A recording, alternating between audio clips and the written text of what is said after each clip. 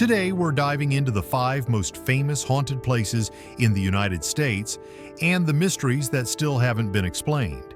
Each location has a real address, real documented records, and details that have fueled debate for decades. But the strangest part isn't the rumors. It's the ordinary, everyday fragments of evidence that no one has been able to piece together into a complete answer. And we begin in Indiana with a house that looks perfectly normal from the street, until people realize its floor plan resembles a bizarre inverted cross. Number 5. WILLOW'S, Indiana. For more than a century, at least 7 people have died inside this little wooden house. And the strangest part isn't just the number, it's the shape. Only when someone drew the floor plan from above did they notice it. The rooms, the hallway, the little side additions, all stitched together into the shape of a cross. Tilt it, and that cross hangs upside down. From the road, WILLOW'S looks harmless. It's a single-story wooden house with a low roof, faded paint, and a small porch that faces a quiet street in the tiny town of Cayuga, Indiana. Trees crowd the back. On a cloudy day, it could be any old Midwestern home where somebody's grandfather used to sit and drink coffee. But if you could rise straight up into the air and look down, the outline changes. One wing sticks out, then another, then a short stub of hallway until the whole footprint forms an inverted cross. Some say that's just a weird way an old builder decided to add rooms over time. Others see something else. A symbol that, in their mind, doesn't belong to anything holy. That's where the first split begins. On one level, it's architecture. Odd, cramped, inconvenient. On another level, for people who grew up with the image of an upside-down cross meaning defiance, darkness, blasphemy, it feels like intent, as if the house wasn't just built to shelter people, but to invite something in. WILLOW'S dates back to the late 1890s, a little more than 400 square feet of boards and nails. The first owner on record, a man named John Henry Sykes, is said to have died inside this very house. Over the decades that followed, the property picked up a reputation that stuck to it like damp. By the time locals started calling it that place, people whispered about at least 7 deaths tied to the house. Some were illness, some were accidents. More than one was ruled a suicide. At least one was rumored, in old reports, to involve poison. Families moved in and out, names changed. But when you ask around town, the details blur on purpose. People don't like to go over each ending. They push the stories away with a single line. Folks who stay too long in that house don't usually leave gently. The last serious owner didn't buy a haunted house, at least not in their head. They bought a project. They saw cheap square footage in a small Indiana town, a house with problems, sure, but also with potential. Fix the roof, sand the floors, new wiring, new paint, maybe turn it into a rental or a quiet place to retire. For a while, that's the story they tried to live. But the longer they stayed, the less sleep they got. Nights stretched out. The air in the bedroom felt heavy. They started leaving more lights on than they admitted to their friends. The idea of being alone in the house, even in daylight, began to feel wrong, like walking into a room where 2 people have just had a fight. They would stand in the hallway and feel very clearly that the house was looking back, that someone or something was standing in the corner of the living room just outside the edge of vision, not moving, just there. Then came the incidents they couldn't shrug off. One day, a family member was working under the ceiling when boards suddenly dropped loose, crashing down exactly where someone was standing seconds before. Doors that had been latched blew shut with such force the frame shook, even on still days. Footsteps crossed the wooden floor overhead when every living person in the house was accounted for in the kitchen. And then, the scratches. The owner was standing alone in the kitchen when a stripe of heat ran down their back, sharp and sudden, like someone had dragged hot wire across bare skin. They went to the bathroom mirror, lifted their shirt, and saw 6 red lines carved from the shoulder blades down toward the spine. No one else had touched them. There was nothing on the wall that could have done it. A doctor looked, shrugged, and offered no clear answer. Maybe an allergy, maybe stress, Maybe they had scratched themselves without realizing. It didn't feel convincing. The marks faded in a few days. The feeling that something in the house had reached out and touched them did not. Contractors who came to fix things in Willow's Weep had their own complaints. Tools going missing, strange noises in empty rooms, a constant sense of being watched while they worked. They could all agree on one thing: whatever was wrong with that place, it wasn't just bad wiring. So again, two voices argue in the background. The skeptical voice says, "This is an old house. Wood warps, nails loosen, ceilings sag, boards fall when they finally rot through, doors slam when the air pressure shifts." If you already know the place has a bad history and hear people talk about an upside-down cross, your brain will do the rest.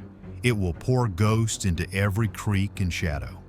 The spiritual voice answers, "Maybe, but how often do you get a cluster of deaths in one small building, a floor plan that looks like an inverted cross, and a location that, according to some, sits close to old burial ground or river-crossing land once sacred to others, all in the same spot?"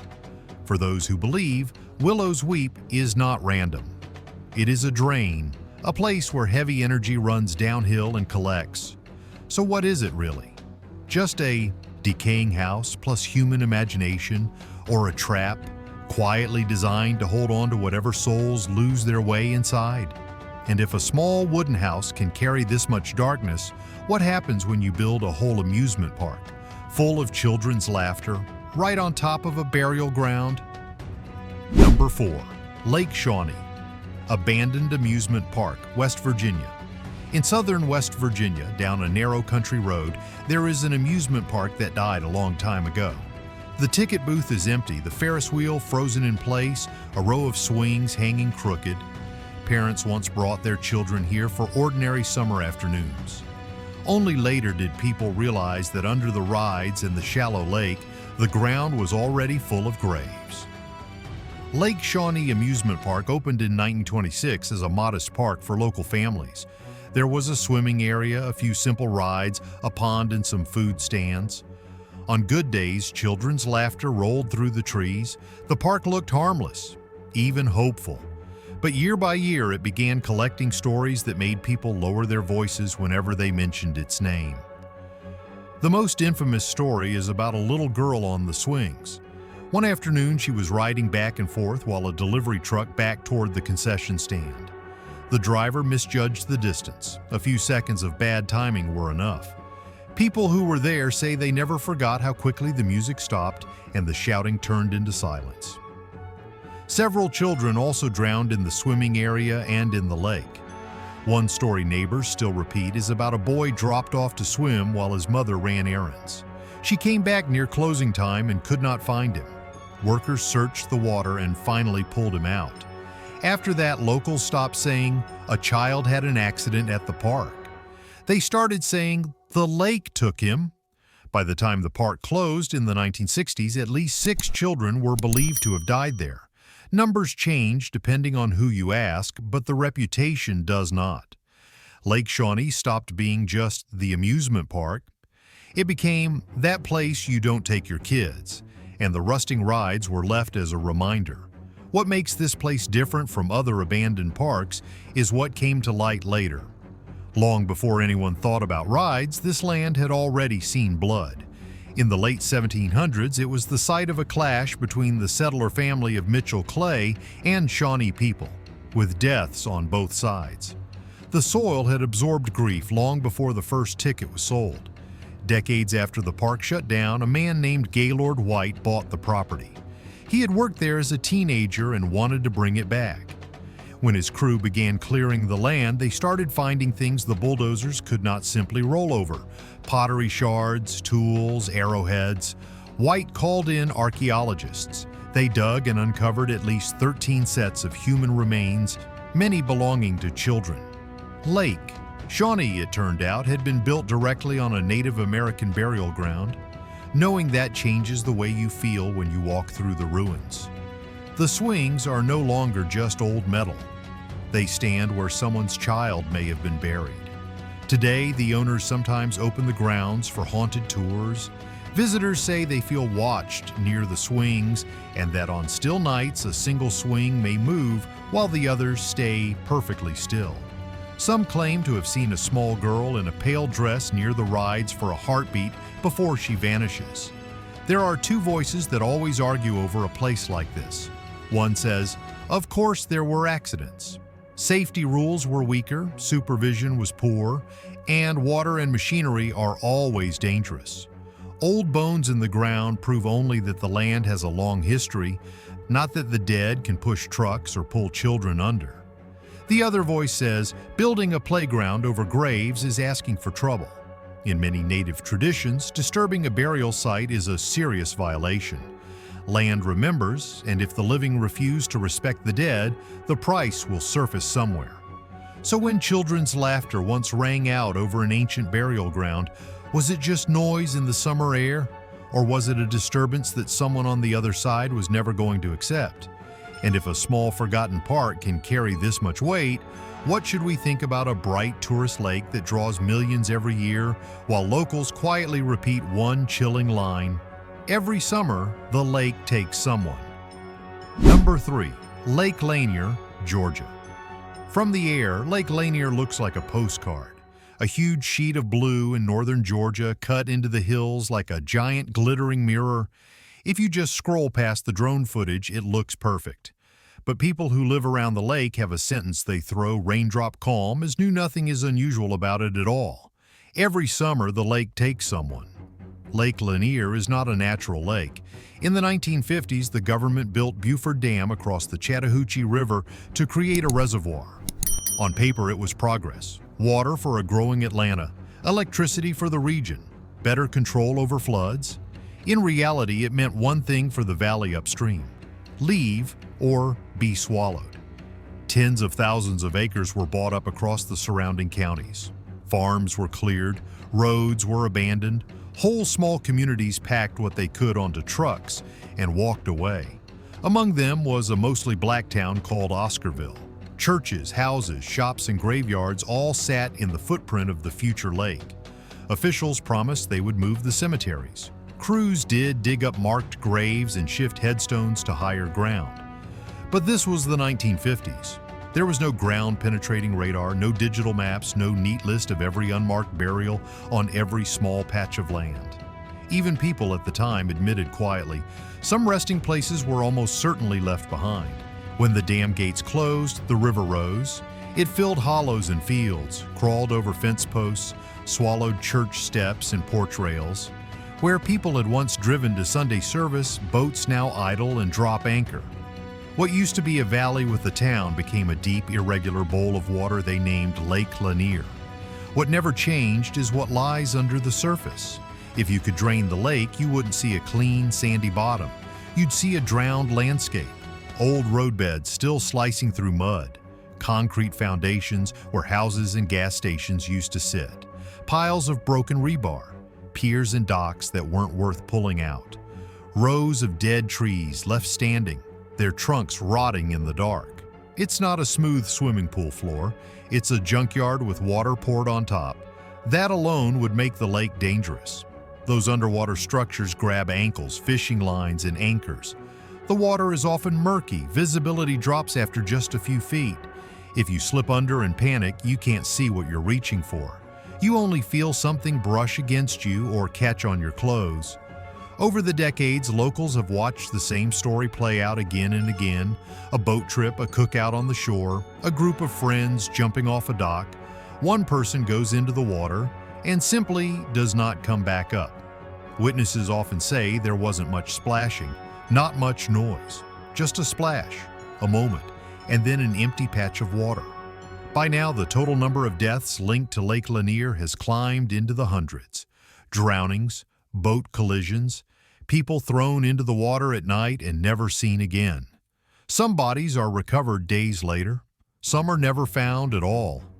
No wonder that sentence, "Every summer the lake takes someone," sounds less like superstition and more like a tired, bitter observation. If you ask rescue teams and safety experts, they can list the reasons without taking a breath. Alcohol, No life jackets, crowded holiday weekends, bad weather, hidden debris, weak swimmers in deep water. From that angle, Lake Lanier isn't cursed. It's just a heavily used, badly understood man-made lake where human error meets a very unforgiving bottom. But for many people who grew up in its shadow, that explanation feels unfinished. There are stories here that slip past logic. Strong swimmers who describe the same uncanny sensation. The water suddenly feels thick, like syrup, as if something heavy is pulling on their legs instead of just swirling around them. People talk about jumping in and sinking faster than they should, like the lake itself is impatient.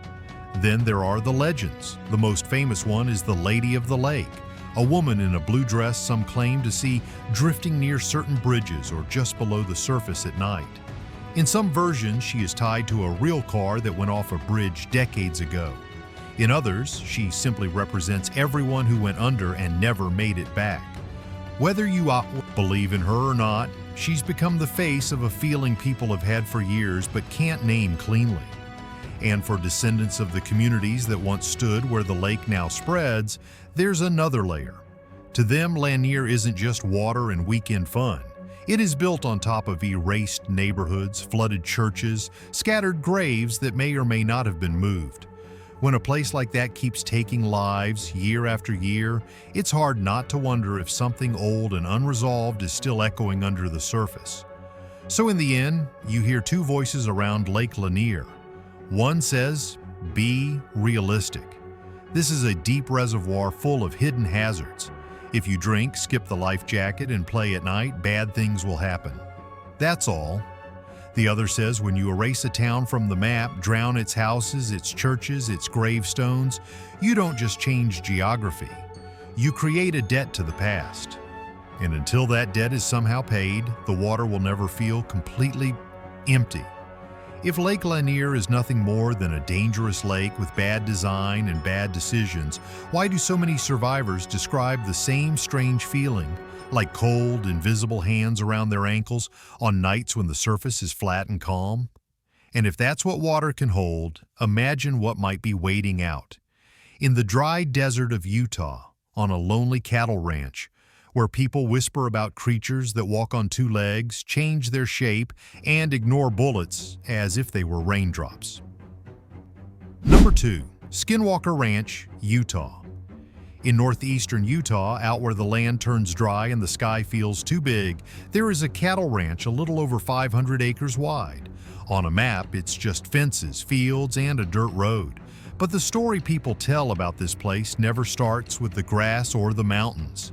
It starts with a wolf that would not die. One afternoon, the ranch owner stepped outside and saw a huge gray animal walking calmly toward his cattle. Not skinny, not nervous, big, solid. Its head almost level with the top of the fence posts.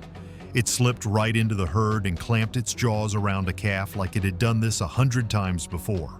The owner grabbed his .357 revolver, walked up close, and fired into its side. Nothing. No flinch, no yelp, no blood. The wolf kept its grip on the calf as if someone had thrown a stone at a wall. So the owner ran for his hunting rifle. Bigger bullet, more power. He aimed at the same animal and fired again. This time, a chunk of fur and flesh tore away and fell into the dirt. The wolf finally let go of the calves, then turned its head, looked at the men, and simply trotted off into the open field.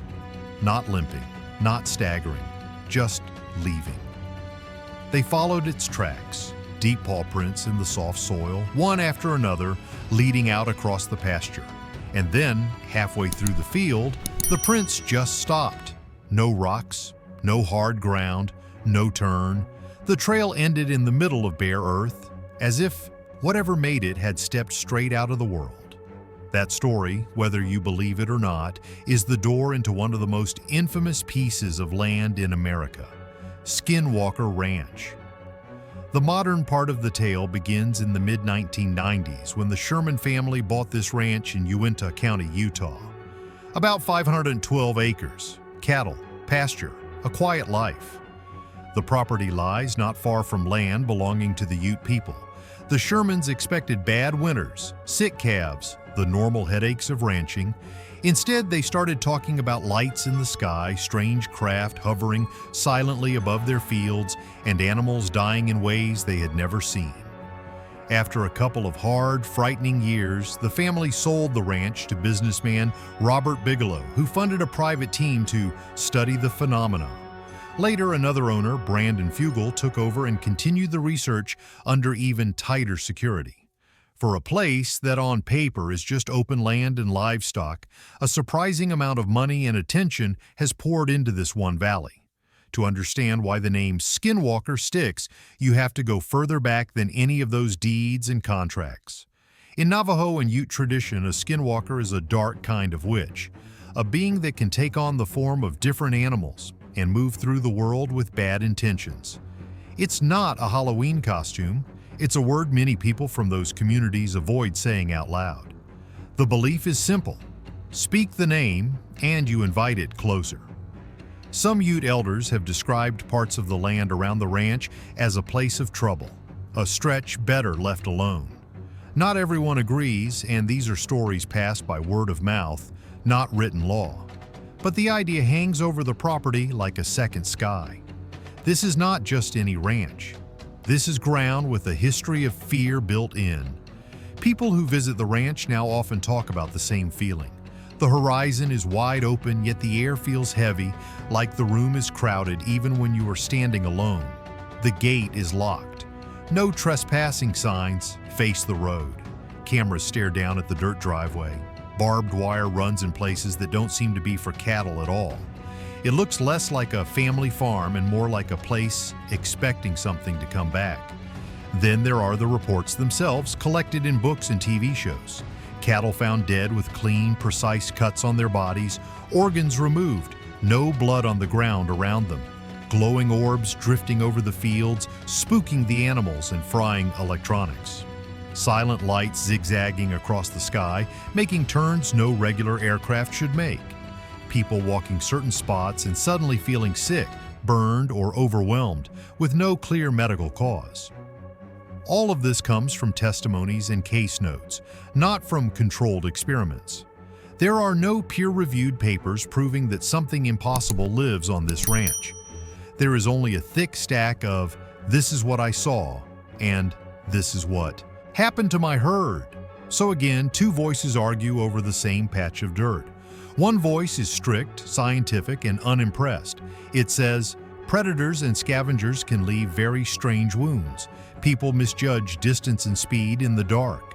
Military testing ranges and classified aircraft are not exactly rare in the American West. Fear changes the way we see and remember. Without solid data, Skinwalker Ranch is just a spooky story with good marketing. The other voice points to the pattern. Different families, different investigators, different years, yet the same types of events in the same place. Private organizations have spent millions setting up cameras, sensors, and labs on this land. At some points, even government-connected programs quietly came here to take a look. If this is all a joke, it is a very expensive one. And that voice asks, if this ranch is truly nothing special, why does it need fences, guards, and 24-hour surveillance? Maybe Skinwalker Ranch is just a mirror reflecting our fear of the dark back at us. Or maybe it really is a crack in the map, a place where something old walks at night and doesn't care whether we believe in it or not. Either way, after lonely fields, abandoned parks, and haunted water, it might feel safer to go somewhere bright and civilized. A grand old hotel, white facade, warm lights in the windows looking out over the mountains. The kind of place made for honeymoons, banquets, and soft piano music. Except this hotel in Colorado inspired one of the most disturbing horror stories of the 20th century. Number 1. Stanley Hotel, Colorado. From the outside, there is nothing frightening about the Stanley Hotel. By day, it looks almost too clean to be haunted. A bright white century-old hotel with red roofs, neatly trimmed lawns, and the Rocky Mountains rising behind it like a postcard backdrop. Families pose on the steps. Wedding parties spill out of the lobby in suits and white dresses. And yet, one night in 1974, A horror writer checked in here, walked through those same hallways, and had a dream that would change the way the world looks at old hotels forever. His name was Stephen King. It was late in the season, almost winter. The tourist crowds had gone home. King and his wife were some of the only guests left in the building. The corridors were long and empty, carpets stretching away into silence. He went to the bar, had a drink, wandered the halls, then went to sleep in his room. That night, he dreamed his young son was running through the hotel's endless corridors, chased by something he couldn't quite see. The boy's face was twisted in terror. The hallways never seemed to end, and the hotel itself felt alive and hungry. King woke up, heart pounding, grabbed a cigarette, and sat by the window looking out at the dark parking lot. By the time the ash reached his fingers, the skeleton of a new story was there. That story became The Shining, the tale of a grand remote hotel that slowly turns into a trap. Long before it was a horror icon, though, the Stanley was simply meant to be beautiful. The hotel opened in 1909, built by F.O. Stanley, a businessman and inventor who came to this valley to recover his health. He fell in love with the clear air and mountain views of Estes Park, Colorado, and decided to build a luxury retreat for wealthy guests. The hotel looked out over forests and peaks, on land that had once been part of the traditional territory of indigenous peoples like the Ute and Arapaho. For most visitors today, that's still how the story starts. A pretty, old-fashioned hotel in a small mountain town. But for a certain kind of guest, the story doesn't really begin until the sun goes down. Ask the staff what they hear at night. Some cleaners talk about the sound of children running and laughing along the fourth-floor hallway when there are no families checked in on that level. Security guards report footsteps above them in rooms they know are empty, the steady, measured rhythm of shoes on old wood. When they go up to check, the corridor is cool and still. The only thing left is that prickling feeling on the back of the neck, like someone just rounded the corner a second before you did. Guests share their own small stories. A suitcase moved from one side of the room to the other. A closet door found standing open that they are sure they closed. A light that clicks on by itself in the middle of the night, with the switch firmly in the on position when they finally get out of bed to look. Then there's the music room with its grand piano. More than one visitor has said they've heard soft piano notes drifting down the hallway when the doors are shut and nobody is sitting at the keys. Some of them like to imagine it's the ghost of Flora Stanley, the founder's wife, still playing for her guests long after checkout time. Like many buildings over 100 years old, the Stanley has seen its share of hard moments, fires, accidents, guests who never finished their stay. The hotel does not publicize every detail. It doesn't need to. People can feel in older places that time has stacked different lives on top of each other. At the Stanley, that feeling comes with a quiet suspicion. A few of those stories might not be completely finished. Then fiction and reality start to mix. Once The Shining exploded into popular culture, fans began coming to the Stanley not just for the mountain air, but to walk inside the real Overlook Hotel. The building leaned into its new fame. Nighttime ghost tours led guests into the quieter corners and told selected stories. Certain rooms picked up reputations as haunted and began to book out months in advance. The hotel was still a business, but now it was a stage as well. And when enough people walk onto that stage already expecting a ghost, interesting things happen. The more people believe a place is haunted, the more people will visit to see for themselves. Each of those visitors arrives primed. They've watched the movie, read the book, scrolled through internet threads full of eerie photos and breathless comments. A creak in the hallway becomes a footstep. A draft by the stairwell becomes a cold hand. A dream in a strange bed turns into, I felt someone sitting on my chest. Little by little, each new guest adds a story. A shadow here, a sound there, a phone battery that drains too fast. Over time, those individual moments weave together into a thick blanket of legend. The line between what actually happened and what people expected to happen blurs until even they may not be able to tell which side they're on. So again, two voices whisper under the soft hotel music. The skeptical voice says, "This is a very old building in a windy mountain town. Wood flexes, pipes knock, sound echoes up and down hallways. Guests arrive already half convinced they will see something, and their brains fill in the blanks. They tell their stories online, the hotel sells more tours, and the cycle repeats. The other voice says maybe, but why do some people who don't get any money or fame from it still swear they felt a cold touch on their shoulder, heard piano notes in an empty room, or saw a figure standing at the end of a hallway that vanished when they blinked? In the end, you can ask yourself a simple question. Is the Stanley Hotel truly haunted because someone or something never checked out, or because our own imaginations keep calling those ghosts back every time we press play on The Shining before going to sleep? 5 places, 5 very different corners of America, yet somehow they all share the same shadow. Behind each one there is real history and real loss, dates in dusty records, names on paper, families who would rather not repeat what happened there. On top of that, layer after layer of stories, footsteps in empty halls, cold hands in warm rooms, shapes at the end of a corridor that vanish when you blink. Science can explain some of it. Dangerous water, old wood, bad design, human brains that love to scare themselves in the dark. But it never fully touches the feeling of the people who stood there alone when something they couldn't name brushed past them and left them changed. So what do you think is really going on? Is it all coincidence and psychology? Or is there a layer of reality we haven't reached yet? Which place chilled you the most? If you've ever been to Lake Lanier, the Stanley Hotel, or lived near a supposedly haunted spot, tell your story in the comments. And if you enjoyed tonight's trip into the dark, stay close. The next video won't be about places at all. It will be about the objects inside the house that many Americans believe you should never ever keep after someone dies.